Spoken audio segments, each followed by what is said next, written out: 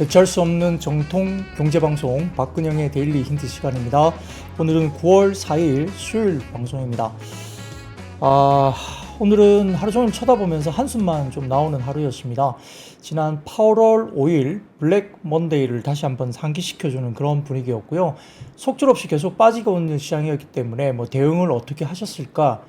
답이 좀 안 나오는 날이었던 것 같아요. 리스크 관리, 그리고 혹시 신용이나 대출을 가지고 계신 분들은 담보 비율 관리 이런 정도만 아마 대응이 좀 되지 않았을까 싶기도 하고요. 섹터별로 대부분 다 힘이 없었고 좀 덜 빠지고 더 빠지고 정도 수준이었지, 전반적으로 시장은 전혀 힘이 없기 흘러내리는 그런 시장이기 때문에 상당히 좀 오늘은 대응하기 힘들었고 종일 쳐다보면서 좀 한숨만 나오는 그런 하루가 아니었을까 싶기도 합니다. 자, 마녀쭈님, 우참 1등 박 부장님 시간. 제 방송이 저는 재밌다고는 생각 안 하는데, 또 일부 분들은 또 되게 재밌어 하는 분들 계시긴 하네요. 그러면 정말 다행입니다. SW님, 근영이 형 안녕 해주시고요.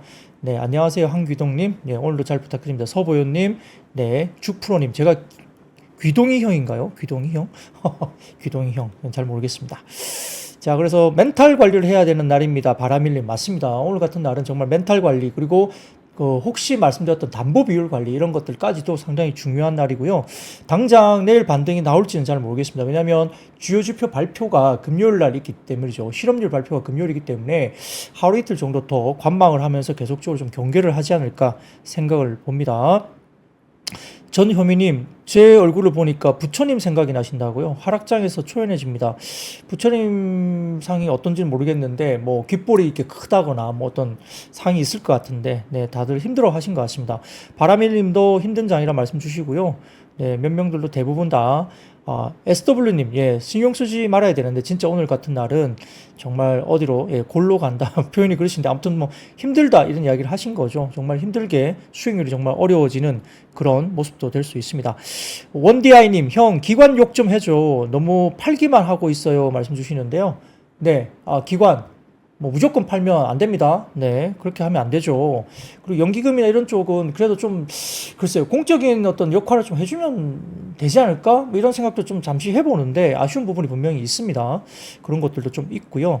네, 상당히 좀, 이 기관의 역할, 어떤 공적인 어떤 그런 성격의, 어떤 성격의 자금들이 좀 역할을 해줘야 될 텐데, 그런 부분도 좀 아쉬운 부분이 분명히 있는 날이기도 합니다. 제일졸도님, 예, 안녕하세요. 그렇습니다. 네, 김정열님, ICU 부장님, 예, 알겠습니다. 다들 또 들어오셔서 힘을 내는 말씀들 많이 하시고요. 많이 힘든 장이었지만 그래도 지금 댓글창은 분위기가 그래도 좀 이렇게 명랑하게 분위기들이 좀 있는 것 같아요. 그래도 힘을 내시길 바라겠습니다. 자, 그러면 저도 이제 시장 동향 관련해서 말씀을 드리겠습니다.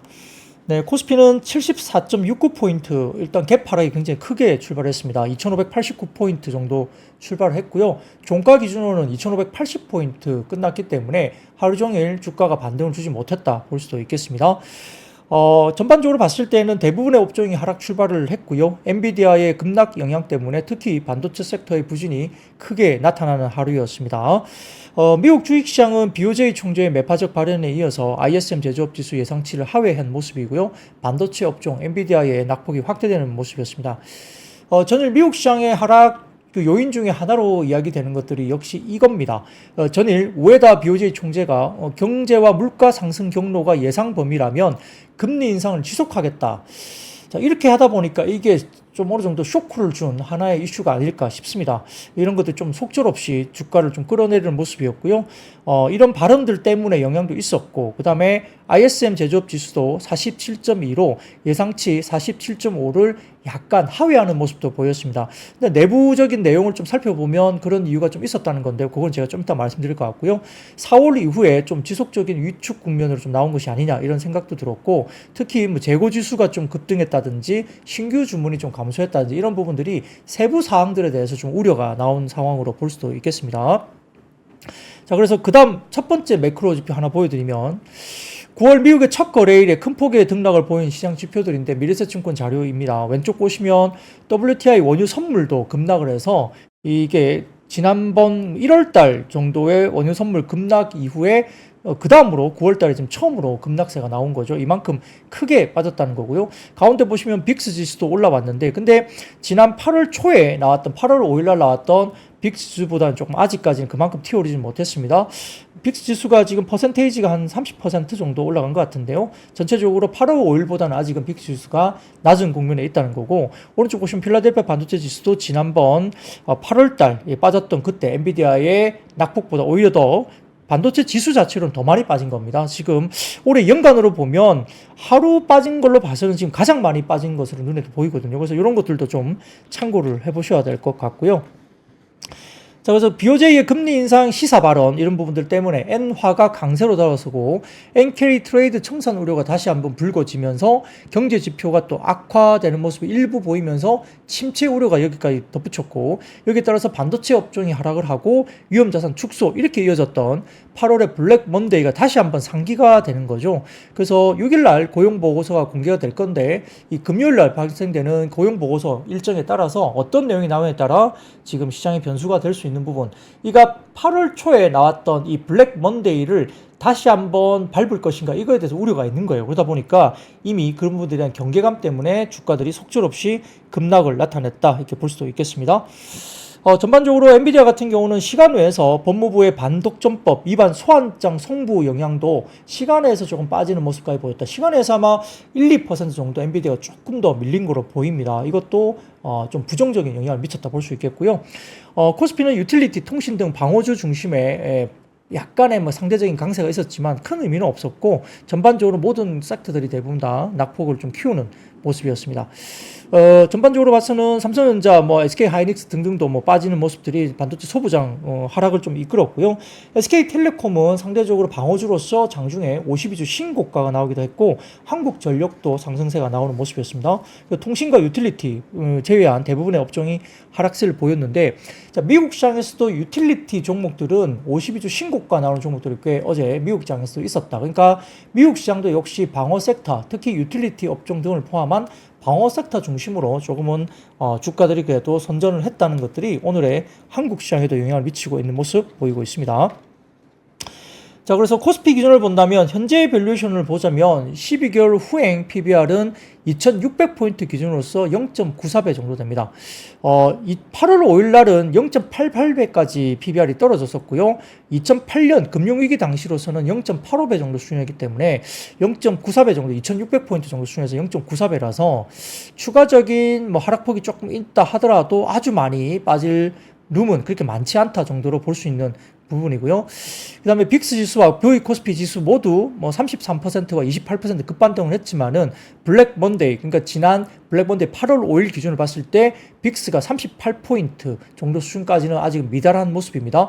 현재 빅스 기준은 20포인트이기 때문에 블랙 먼데이보다는 조금 낮은 수준의 빅스다, 이렇게 볼 수 있겠죠.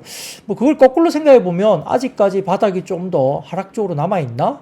이렇게 고민이 될 수도 있겠지만 꼭 그렇게 간다는 보장은 없습니다. 그렇기 때문에 조금 현실적으로 봤을 때는 글쎄요, 추가적인 하락폭이 어느 정도 있을지 잘 모르겠습니다만 조금 룸은 남아 있을 수 있다, 조금 더 경계감이 있을 수 있다, 이 정도로만 해석을 하시면 될 것 같고요. 역시 아까 말씀드렸던 6일날 고용보고서가 지난 8월 블랙 먼데이 지수 저점을 얘기했던 트리거가 됐던 게 고용보고서이기 때문에 이번에 6일날 금요일날 발표되는 고용보고서를 보고 넘어가자, 이게 경계심리가 상당히 많을 수 있다. 그래서 관망세가 내일도 좀 이뤄질 수 있지 않느냐, 이렇게 볼 수도 있겠죠. 특히 이제 코스닥 같은 경우도 투심이 위축되면서 전업종이 약세였지만 특히 반도체와 전력기기, AI 관련주들이 특히나 큰 폭의 하락세를 보인 점도 특징입니다. 다만 K옥션이나 이런 부분들이 토큰 증권 법제화, STO라든지 이런 것들 관련해서 법제화 기대감이 지속되면서 일부 강세 종목이 나오기도 했고요. 그 다음에 FN 가이드가 밸류업 지수 발표 앞두고 또 강세를 나타내는 모습도 보였습니다. 그래서 이런 것들 좀 지표를 보시면 좋을 것 같고요. 코스피 기준을 봤을 때, 종가 기준으로 봤을 때 2580선으로 마무리가 됐는데 12개월 포워드 PER은 8.3배, 그렇게 높지 않습니다. 8.3배 정도면 PER 기준으로 봐서는 상당히 밴드 하단에 속하고 있고요.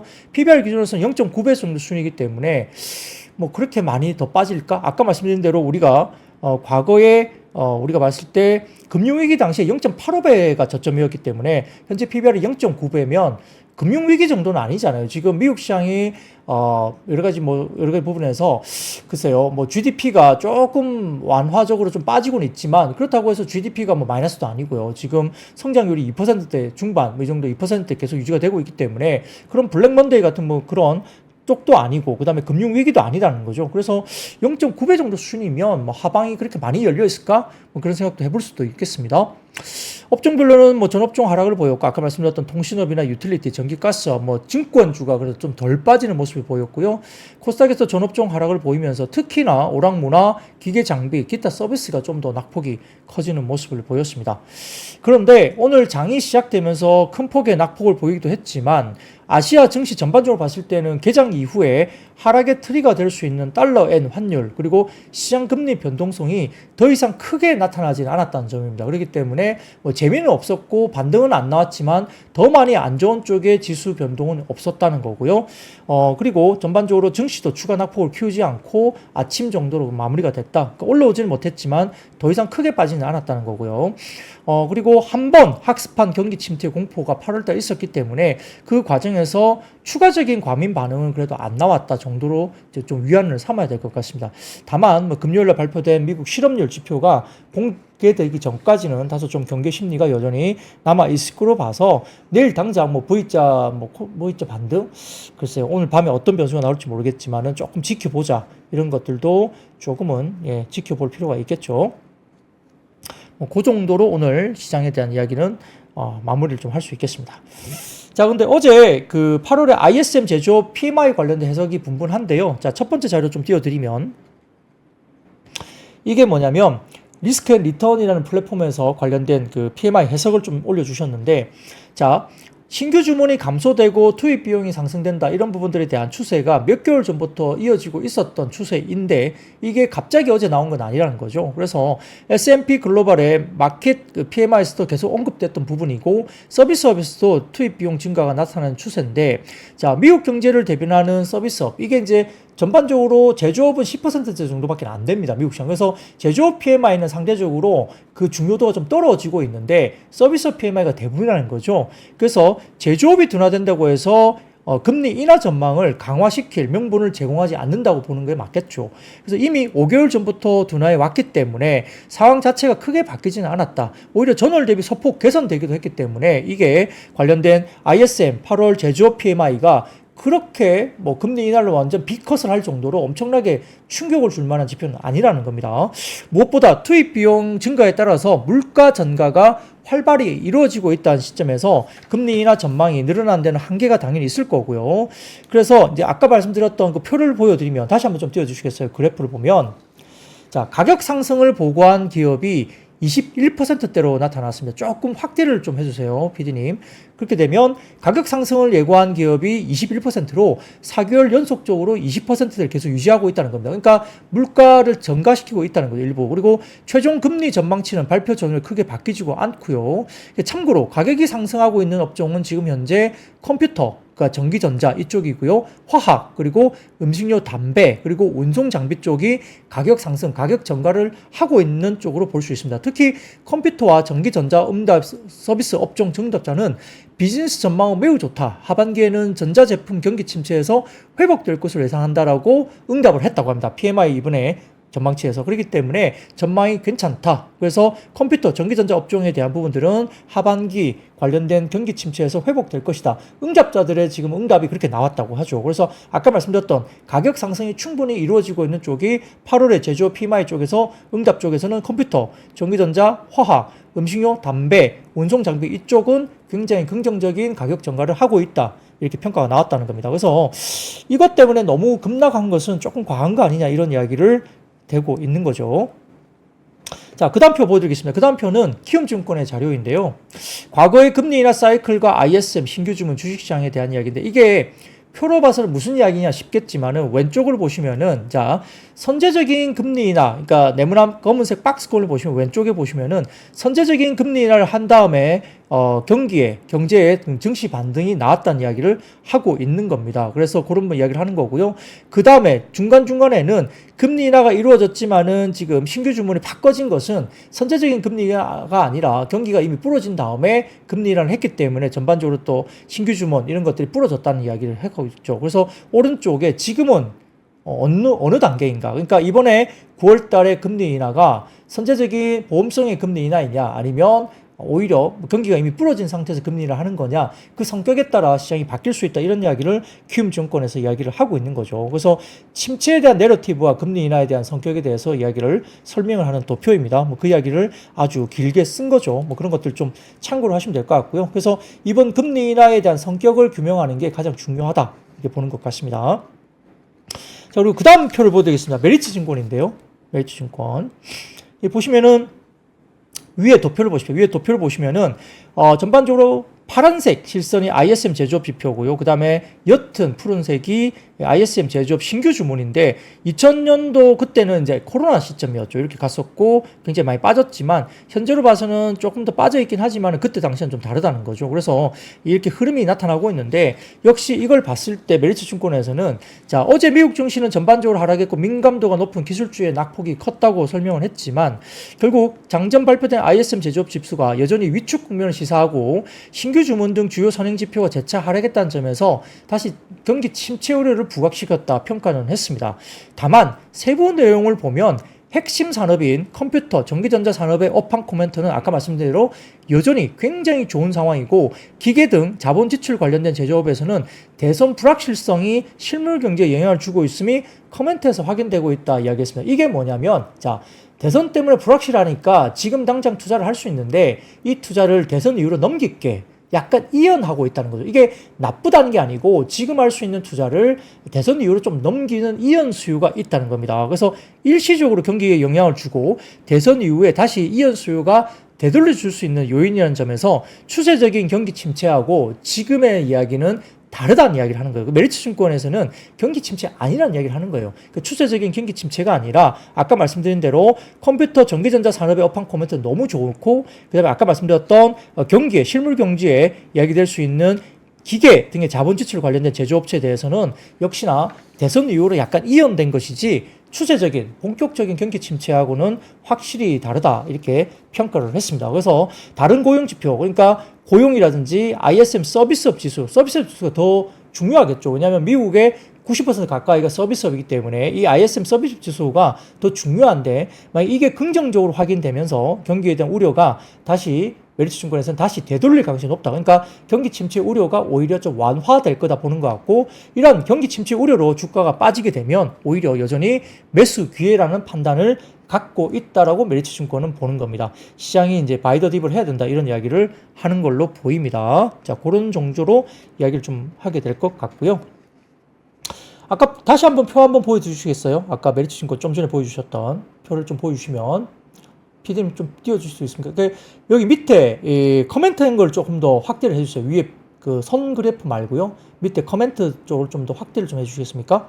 여기 보시면 이겁니다. 자, 컴퓨터 전기전자 파랗게 되어 있죠. 여기 보시면은 사업 전망 좋음, 컴퓨터와 전기전자, 그리고 전자제품 경기 침체에서 회복이 올해 하반기 동안 강하게 나타나고 있다 평가를 했고요. 그리고 음식료도 지금은 연간 대비 판매량이 증가하고 있다 이야기를 했고, 그다음에 기타 부분도 신규 주문이 강세를 나타내고 있고요. 그다음에 1차 금속에서도 주문서가 현재로서는 강세다, 초과 근무를 하고 있다 이렇게 평가가 나오고 있다는 거죠. 그래서 이런 것들 중심으로 봤을 때는 추세적인 경기 침체를 보기에는 조금 너무 과한 거 아니냐 이런 이야기를 하고 있습니다. 자, 그리고 그 다음 표 보여드리겠습니다. 그 다음 표는 펀드 플로우입니다. 펀드 플로우 관련된 이야기인데요. 자, 이게 유안타 증권에서 나오는 펀드 플로우 표인데요. 자, 국내 주식형 펀드는 2개월째 순유입이 되고 있다고 합니다. 7월부터 유입이 국내 주식형 펀드로 돈이 들어오고 있다고 보고요. 그 다음에 7월보다 8월이 순유입 규모가 더 증가되고 있다고 이야기를 합니다. 그래서 이렇게 이야기되고 있고요. 근데 국내 주식 펀드에서 섹터 펀드와 테마 펀드 위주로 순유입이 되고 있는데 테마 펀드 가운데에서는 보시면은 어떻게 됩니까? 왼쪽 표를 보시면은 밑에 바이오 헬스가 가장 막대 그래프가 높죠. 바이오 헬스케어 쪽으로 역시 자금이 많이 들어왔고요. 제일 왼쪽 보시면 2차 전지가 보이실 거예요. 2차 전지 쪽으로도 자금이 들어왔다. 근데 반도체 쪽에서는 다소 좀 빠진 모습이 보이죠. 그래서 반도체 쪽에 IT 쪽도 보다 반도체 쪽이 좀 더 약간의 차익 실현에 대한 순유출이 좀 나타났고 역시 바이오 헬스가 돈이 제일 많이 들어왔고 2차 전지 쪽도 일부 자금들이 들어왔다. 이렇게 볼 수 있겠죠. 그래서 오른쪽 보시면 반도체 펀드와 IT 펀드가 자금 일부 유출되면서 역시나 그런 부분들이 보이고 있다는 모습이 보이고 있습니다. 그래서 오른쪽 표는 보면 반도체 관련된 펀드 쪽의 흐름인 것 같은데요. 여기 보시면은 계속 순유입이 많이 됐죠. 많이 되다가 지금 24년부터 7월부터 약간의 순유출로 전환되는 모습도 보였다. 근데 연간 단위로 따져보면 역시 유입이 많이 돼 있는 모습이 있습니다. 반도체가. 근데 약간 그 전달 상당히 많이 들어왔는데 지금 약간 유출세로 약간 변했다 볼 수도 있겠고요. 자, 그 다음 표 보여드리면 미래에셋증권입니다. 미래에셋증권인데 보시면은 자, 코스피 지수 12월 선행 PBR입니다. 그 다음 표를 좀 떼주세요. 미래에셋증권 자료인데 이게 보시면 우리가 과거에 뭐 아주 경기 침체가 갔거나 뭐 경기 둔화 2008년도 이때죠. 아주 핵심적인 어떤 락바텀은 0.8배입니다. 0.8배. 물론 2020년에는 코로나 때문에 그게 0.8배가 깨지긴 했지만 그때 빼고 나면 완전히 뭐 경기가 부러지고 무슨 침체가 오고 막 난리가 났을 때 그때가 0.8배가 락바텀인데 굳이 락바텀을 꼭 찾자면 지금은 2,400포인트 정도가 된다. 이런 이야기를 하고 있습니다. 그래서 뭐 지금 거기까지 가긴 좀 힘들어요. 왜냐하면 그때만큼 경기가 부러진 게 아니기 때문에 GDP 성장률 이런 것들 봤을 때는 경기가 아직은 그때하고는 비교할 수 없을 만큼 경기가 좋기 때문에 그렇게 본다면 오히려 0.8배, 2,400포인트까지 코스피가 가긴 좀 힘들고요. 그래서 지금 2,580이기 때문에 하방에 대한 룸이 아주 많이 빠질 룸이 많다라고 보기엔 좀 어렵다는 거죠. 그런데 상방도 좀 막힐 수도 있겠습니다. 상방도 과거 대비 어닝이나 이런 부분들의 성장률이 조금 주춤해지기 때문에 상방도 어느 정도 올라갈 수는 있겠지만 조금 보수적으로 상방을 아주 많이 열어놓고 뭐 3,000포인트 간다 이렇게 보기는 좀 쉽지 않을 수도 있다는 거죠. 다만 하방에 대한 위험, 그 하방에 대한 공포 이런 것들은 다 좀 너무 과하게 지금 해석할 필요는 없다 이렇게 볼 수도 있겠습니다. 그래서 향후에 민감도가 높은 어떤 변수들이 이제 발표가 될 텐데요. 지금 미국의 졸트라든지 뭐 고용보고서 이런 여러 가지 그리고 베이지북 보고서가 있죠. 그리고 HP 엔터프라이즈도 아마 실적 발표가 있을 수 있습니다. 그리고 목요일 같은 경우는 미국의 ADP 민간 고용 보고서가 예정되어 있고 ISM 서비스업 지수가 5일날, 목요일날 예정되어 있죠. 이런 것도 굉장히 중요할 겁니다. 그리고 보고서는 G20 경기 선행지수도 나올 거고요. 그 다음에 실적은 목요일날 브로드컴 실적 발표가 있을 거고, 금요일 같은 경우 역시 미국의 고용보고서 아직 중요한 변수겠죠. 이게 8월 5일날 블랙 먼데이를 만들었던 고용보고서이기 때문에 이번 고용보고서의 변수가 9월 6일 금요일날 발표 예정이고요. 발언이 존 윌리엄스 연은 총재와 크리스토퍼 윌러 연준 이사의 발언이 금요일날 예정되어 있기 때문에 이런 것들이 아마 시장의 가장 큰 변수로 예상될 수 있어서 이런 것들도 한번 참고를 해보실 수 있기 때문에 자, 이번 주가 가장 중요한 변수들이 많이 발표가 됩니다. 그러니까 오늘 많이 빠졌지만은 역시 V자 반등보다는 좀 경계 심리가 여전히 하루 이틀 좀 더 이어질 수도 있지 않을까라는 생각들을 아직은 시장에서 하고 있는 것 같습니다. 자, 그렇게 시장을 조금 지켜보시면 좋을 것 같고요. 자, 급하니까 또 섹터로 바로 넘어가겠습니다. 역시 오늘은 반도체, AI, 전선, 전력설비, 기술주 대부분 다 상당히 좋지 못했던 모습이고요. 대형 IT 가운데 그나마 좀 버텼던 게 오늘 상대적으로 제가 보기에는 뭐 삼성 SDS라든지 LG전자 이 정도가 그나마 외국인들 수급이 좀 들어왔는지 좀 버티는 편이었고요. 나머지 섹터는 좀 별로 좋지 못했던 부분이고 상대적으로 엔비디아 쪽 영향을 받은 SK 하이닉스의 낙폭이 좀 더 컸고 삼성전자도 일부 좀 낙폭이 있었습니다만 하이닉스보다는 상대적으로 좀 버텨주는 모습을 보였다. 뭐 그래도 꽤 많이 빠진 모습이 분명히 있는 거죠. 뭐 그런 것들 같이 보시면 좋을 것 같고요. 자, 그래서 미국 지수에서도 역시 엔비디아가 9.5% 그리고 시간에서 조금 더 밀렸고요. 반독점 관련해서. 그리고 AMD도 7.8, 인텔도 8.8% 빠졌고요. 애플도 2.7%, 마이크로소프트도 1.8, 아마존도 1.2%, 기술주도 동반 하락을 했습니다. 자, 아까 말씀드렸던 뭐 ISM 제조업 지표 이런 것들은 아까 제가 설명드렸기 때문에 스킵을 할 거 될 것 같고요. 자, 그다음 헤드라인을 보시면 엔비디아 관련된 이슈입니다.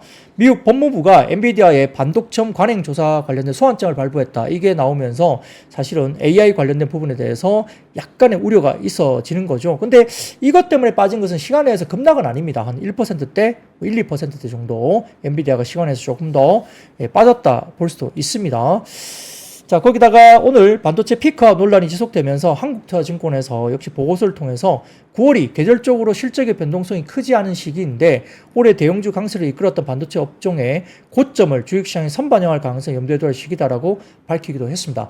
제가 어제 모건 스탠리 자료 반도체 어제 자료를 자세하게 어제 설명을 했죠. 방송에서. 그래서 어제 모건 스탠리가 반도체를 꺾고 2차전지 쪽을 포지션 관련된 보고서를 냈다. 그걸 제가 말씀드렸는데 이 반도체 관련된 이슈가 불거지면서 이쯤 관련된 영향을 지금 받고 있는 것이 아니냐 이렇게 생각을 할 수가 있겠습니다. 그건 한번 지난 방송을 한번 찾아보시면 모건스탠리 자료를 자세하게 제가 설명드렸기 때문에 자료를 한번 찾아보시면 좋을 것 같고요. 여기에 따라서 관련된 전선, 전력설비, 반도체, 그 다음에 AI, 인터넷주, 그리고 게임주들까지도, 기술주까지도 주가들이 빠지는 모습도 보였다. 이렇게 평가를 할 수 있겠습니다.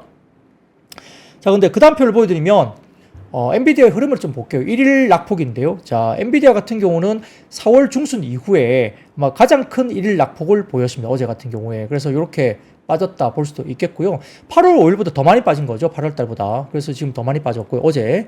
그리고 그 다음 표 보여드리면, 자, S&P 500 반도체와 반도체 부품 업종에 대한 낙폭인데 어제 하루 낙폭이 반도체와 반도체 부품 업종이 2020년 3월 중순 이후로 제일 많이 빠진 겁니다. 이렇게 해서 1일 낙폭이 블룸버그 통신 통하면 이렇게 낙폭이 엄청나게 빠진 거죠. 한 3, 4년 만에 제일 많이 빠진 것 같아요. 그래서 낙폭이 컸다는 거고요. 그 다음 표 보여드리면 올해 가장 큰 1일 낙폭을 보인 필라델피아 반도체 지수 SOX입니다. 이 보시면 올해 연간으로 따지면은 연간으로 봤을 때는 1일 낙폭이 가장 큽니다. 지난번 낙폭이 보다도 훨씬 더 크게 나타나죠. 그래서 좀 과하게 일단 반응을 했다 볼 수도 있겠고요.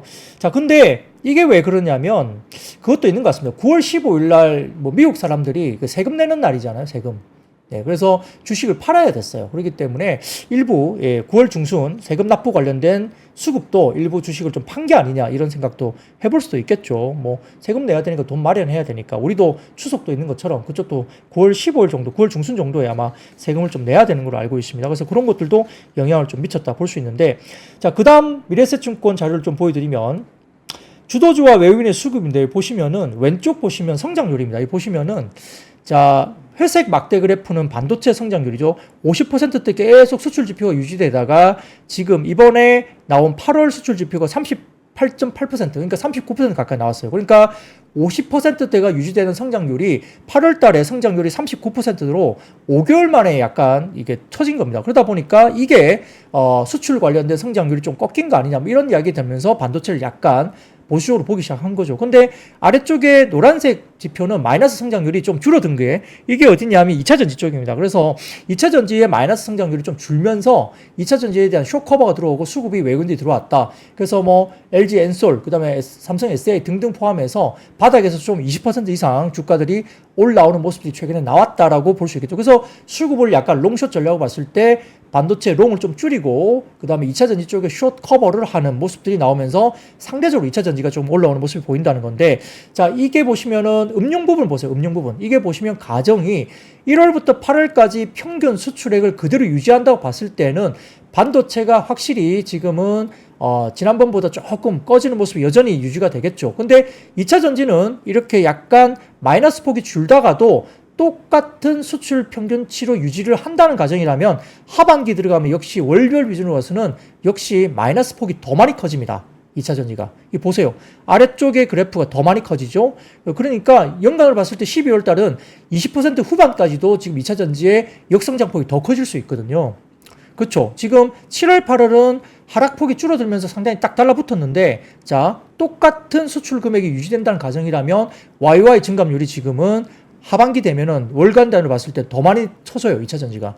자, 이런 것들이 됐을 때 그러면 반도체도 쳐지고 2차 전지도 쳐지고 어떻게 될까? 롱숏 전략에서 이건 좀 지켜봐야 되겠죠? 그래서 이런 것들이 하반기 8, 9, 10, 11, 12 이렇게 봤을 때 녹록치는 않다. 2차 전지도 녹록치는 않다. 근데 그건 아까 말씀드린 대로 1월부터 8월까지의 수출치가 그대로 유지된다는 가정입니다. 2차 전지가 더 좋아지면 좋아지겠죠. 근데 똑같은 그게 유지가 된다는 가정이라면 2차 전지도 하반기 월간 단위로서는 YY 증감률이 하락폭이 역성장이 더 커지는 쪽으로 갑니다. 그러니까 이것도 좀 참고로 해보셔야 될 것 같고요. 반도체도 물론 성장폭이 조금 줄어드는 게 맞습니다. 그래서 오른쪽 보시면 외국인 수급이 오른쪽으로 좀 넘겨주세요. 여기 보시면 자, 반도체를 제외한 외국인의 수급들은 꾸준하게 그냥 플랫합니다. 플랫한데 역시 최근에 반도체에 대한 수급들이 하이닉스 등을 포함한 삼성전자 마찬가지고요. 약간 꼭지점에서 약간 내려오는 부분 수급들이 이렇게 나올 수 있다. 그래서 삼성전자에 대한 모멘텀을 본다면 약간 모멘텀 병목은 어느 정도 좀 풀리고 있습니다. 왜냐하면 2분기 숫자가 좋았고 3분기도 숫자가 좀 좋을 것 같다 이야기는 계속 나오는 분위기고요. 자, 두 번째, 삼성전자 같은 경우는 병목 현상이 뭐가 있었습니까? 역시 HBM 관련된 엔비디아의 뭐 납품이 가능하냐 이런 이야기가 나오는데 트렌드포스에서 지금 반도체 관련해서는 지금 HBM3 8단은 엔비디아에 납품을 하는 것 같다라고 트렌드포스에서 또 리포트가 나왔거든요. 그렇기 때문에 지금 여러 번 나오면서 양치기 소년같이 이야기됐지만 아무튼 그런 것들도 병목이 조금 풀리고 있다라고 평가를 할 수 있겠죠. 그래서 이렇게 나왔지만 역시 아까 말씀드린 대로 역시 성장률 둔화에 대한 이슈가 약간 애매한 모습이 있고 두 번째로 엔비디아의 어닝도 성장률 둔화에 대한 경계심이 분명히 있는 거고요. 그 다음에 아까 말씀드렸던 모건 스탠리의 의견이 바뀌었다. 그러니까 반도체를 꺾고 2차 전지를 롱으로 나는 그런 리포트를 내기도 했는데 모건 스탠리의 문제가 이제 그런 것들도 좀 있는 거죠. 그래서 약간의 그런 성격적으로 IB 쪽에 일부 해외 IB에서 약간의 어떤 성격이 바뀐 리포트가 나오고 있다는 점 이런 것도 좀 보시는 것 같고요.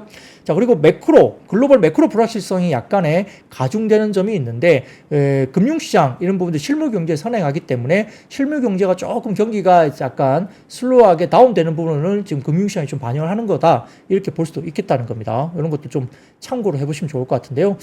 근데 모르겠습니다. 뭐 시장 전체를 봤을 때 전체 시장의 밸류에이션이 또 우리나라가 아주 높은 성향이 아니라 밴드 하단 쪽까지 많이 빠져있기 때문에 그것만 갖고 또 빠질 것이냐 그것도 고민을 해야 되겠죠. 자 그리고 그 다음 헤드라인 보여드리겠습니다. 그 다음 헤드라인 보여드리면 WCCF 테크 이쪽이라는 쪽에서 나오는 건데 엔비디아의 G200 블랙웰 AI 서버는 지연에 대한 소문이 사라지면서 9월 중순부터 10월까지 시장에 출시가 바로 될 거다 이렇게 또 이야기를 합니다.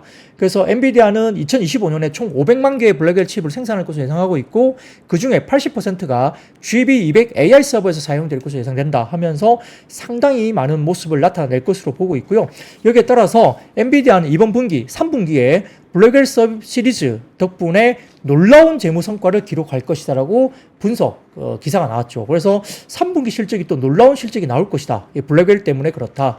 이렇게 또 이야기를 하고 있습니다. 그렇기 때문에 엔비디아의 실적 전망치가 여전히 또 시장의 컨셉을 또 비딩하는 굉장히 좋은 모습이 또 만약에 나온다면 그래서 최근에 많이 빠진 또 엔비디아가 또 반등이 또 나올 수도 있지 않을까. 해외 쪽에서는 이렇게 또 리포트가 나왔다는 거 보시면 될 것 같습니다. 자, 그러면 반도체 종목은 이 정도 이야기를 하고요. 자, 그 다음 두 번째 섹터 넘어가겠습니다. 두 번째 섹터는 역시 2차 전지입니다. 2차 전지. 오늘도 2차 전지가 오전까지는 꽤 괜찮았어요. 포스코 퓨처엠도 오전에 플러스가 나기도 했고요. 또 2차 전지 셀업종이라든지 일부 에코프로 그룹도 상대적으로 덜 빠지면서 굉장히 버텼는데 막판에 역시 양극재 쪽은 좀 더 밀리는 모습도 보였고 셀 같은 경우도 좀 밀리는 모습이 역시 2~3%에 약간 밀리는 모습도 역시 나왔습니다. 자, 여기에 대해서 SNE 리서치 자료가 좀 나왔는데요.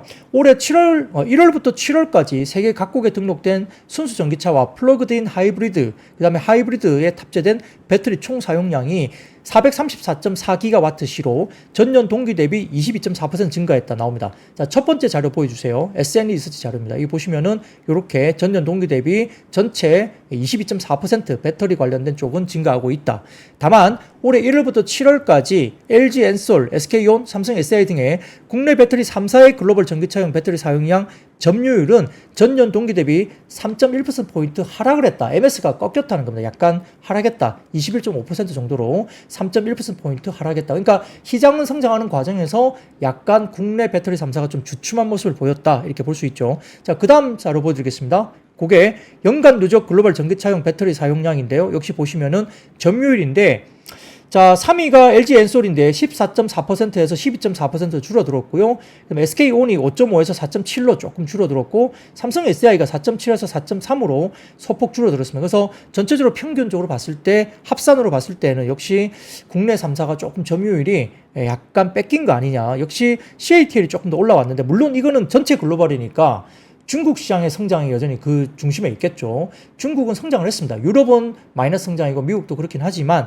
지금은 역시나 약간의 유럽은 마이너스 성장은 아닙니다만 주춤하잖아요. 굉장히 지금 어려운 상황이기 때문에 그래서 역시나 이런 부분들 따진다면 중국 시장의 호황이 뭐 CATL이나 뭐 비아디 이런 것들도 역시 영향을 받은 게 아니냐 이런 생각도 좀 해봅니다. 아무튼 전체적으로 봤을 때는 로컬 업체가 성장한 중국 시장의 성장 때문에 걔네들은 올라왔는데 아무튼 글로벌 시장에서 약간의 주춤한 것도 맞다 이런 것도 볼 수 있겠죠. 그래서 이런 것들도 2차 전지에 영향을 미치는데 다만 제가 아까 말씀드린 것처럼 2차 전지에 대한 수급은 여전히 쇼커버가 들어오면서 수급은 좋다. 왜냐하면 반도체가 약간 꺾이면서 지금 롱숏 전략에서 아까 말씀드린 펀드 플로우라는 이런 쪽도 역시 제약바이오 헬스케어 쪽으로 들어오는 자금이 제일 많았고 펀드 쪽에서 2차 전지에 대한 수급이 역시 들어오고 있다. 이런 것들은 오판과 상관없이 수급이 들어온다면 또 2차 전지가 상대적으로 지금은 조금 안정적으로 주가들이 낙폭과대해서 역시 올라올 수도 있지 않을까 이런 생각도 조심스럽게 해봅니다. 그러니까 이거는 오판하고 상관없어요. 주가는 이런 부분들이 수급적인 영향을 받고 있다고 볼 수 있습니다.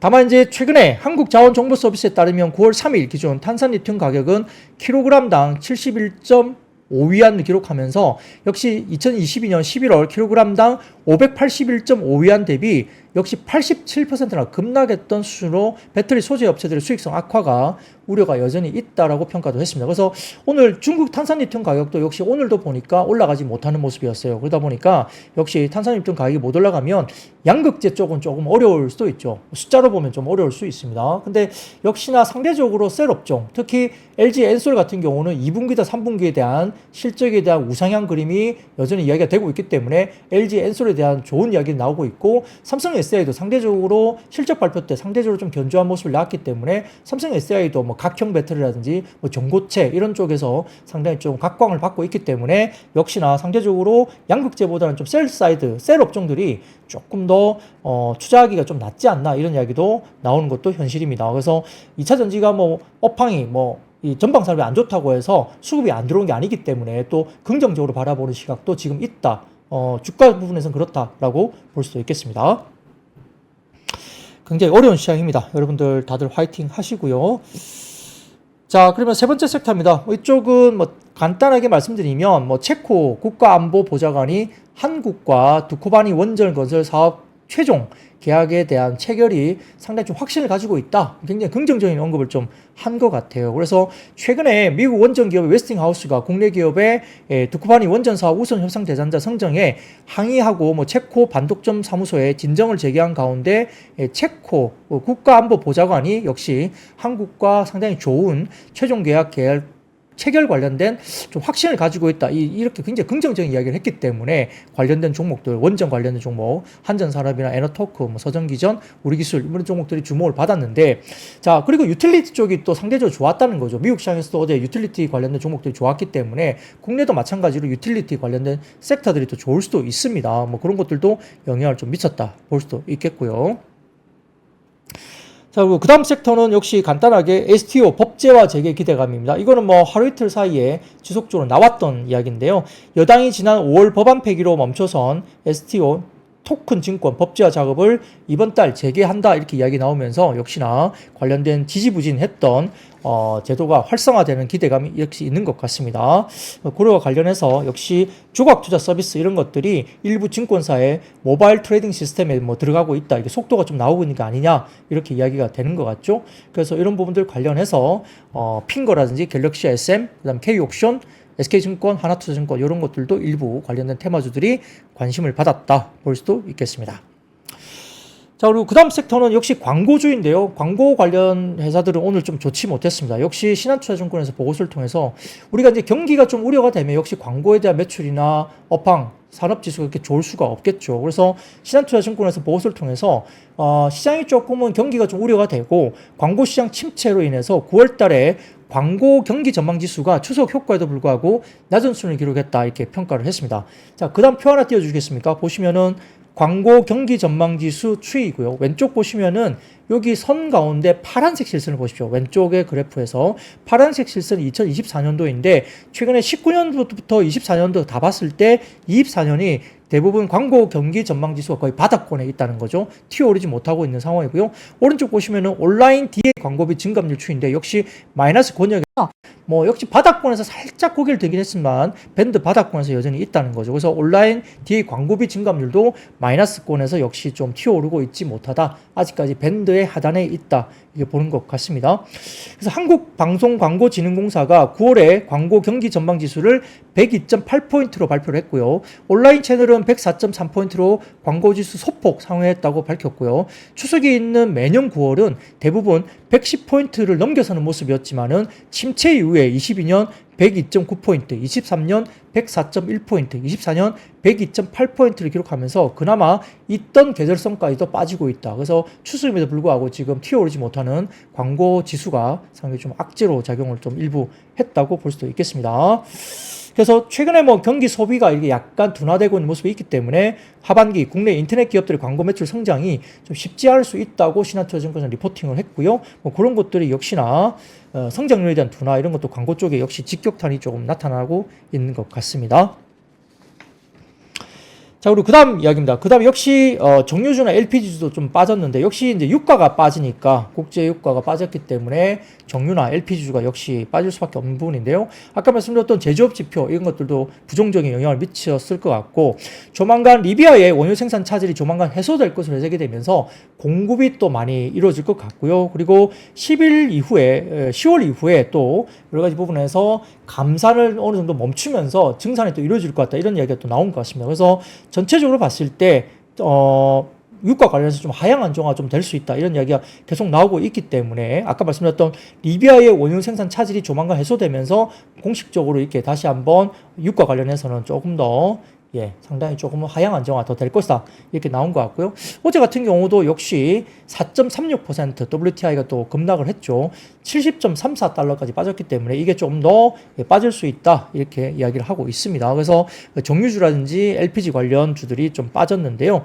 자, 그 다음 첫 번째 사례로 보여드리면 어제 낙폭 가운데서는 WTI가 하루 낙폭으로 봤을 때는 올해 들어서 가장 1일 낙폭이 가장 크게 나타났다. 이렇게 나타났습니다. 그래서 8월 초에 경기 우려 때문에 빠진 것보다 어제 낙폭이 더 컸다는 거죠. 그래서 이런 것들이 조금은 원유 관련해서 낙폭이 나타나고 있고요.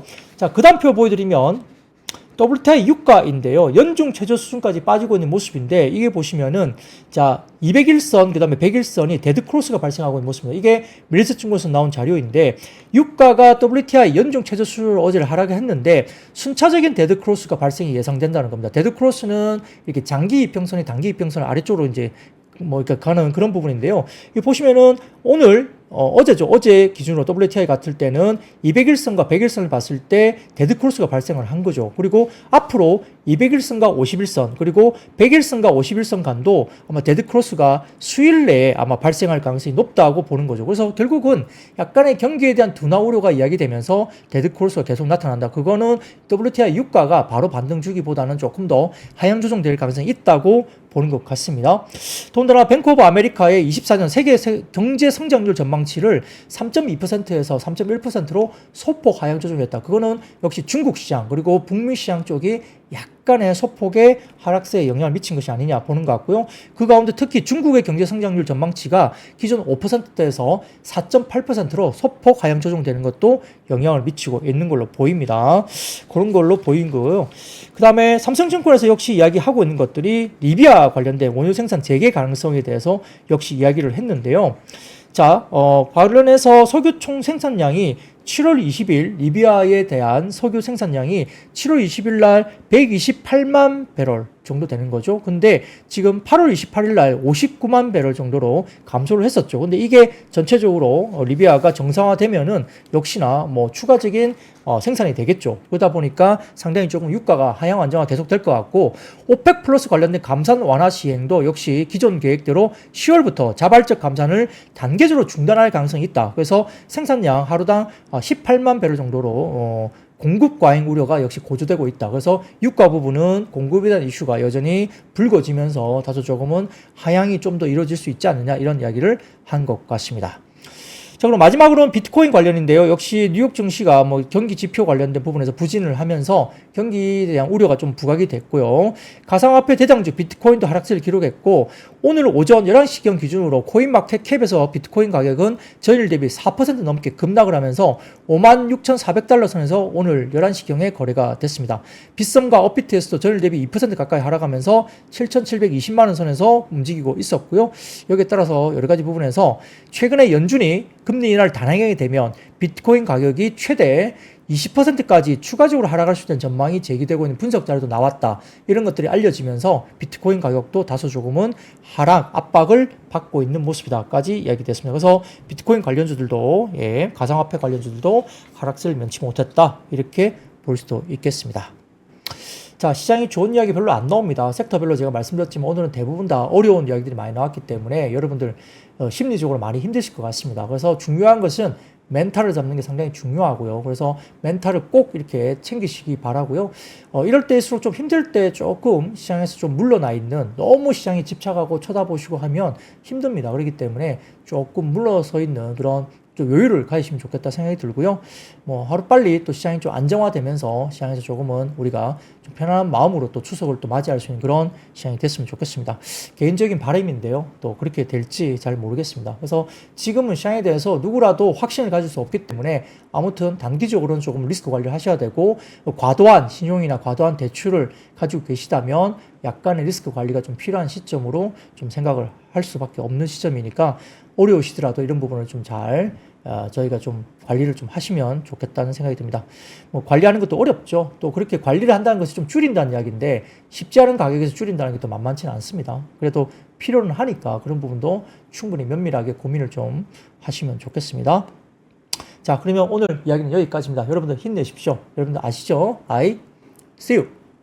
박근영, 이선영, 사경인, 염승환 투자 마스터들의 세심한 케어로 건강한 투자 습관을 만드세요. 3프로 멤버십 3프로 앱에서 확인하세요.